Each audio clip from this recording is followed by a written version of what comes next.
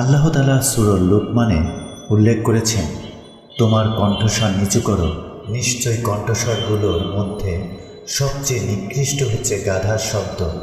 সূরা লুকমান আয়াত 19। এই আয়াতে আল্লাহ আমাদের নির্দেশ দিচ্ছেন কথা বলার সময় উচ্চ কণ্ঠ ব্যবহার না করতে। এটি শব্দ দূষণ রোধের একটি আদর্শ নীতি, যেখানে মানুষকে বিনয়ী ও নম্র ভাষা ব্যবহার করতে উৎসাহিত করা হয়েছে। কণ্ঠস্বরে যদি নিচু রাখতে হয় অন্য আওয়াজ করার ক্ষেত্রে, তাহলে আরও বেশি সতর্কতা অবলম্বন করা জরুরি। আমাদের প্রিয় নবী হযরত মুহাম্মদ সাল্লাল্লাহু আলাইহি সাল্লামের বাণীতেও শব্দের ব্যবহার ও নীরবতার গুরুত্ব তুলে ধরা হয়েছে। হযরত আবু হুরায়রা রাদিয়াল্লাহু আনহু বর্ণনা করেন যে রাসূলুল্লাহ সাল্লাল্লাহু আলাইহি সাল্লাম বলেছেন, যে ব্যক্তি আল্লাহ ও পরকালে বিশ্বাস করে সে যেন ভালো কথা বলে অথবা নীরব থাকে। সহিহ বুখারী ও মুসলিম।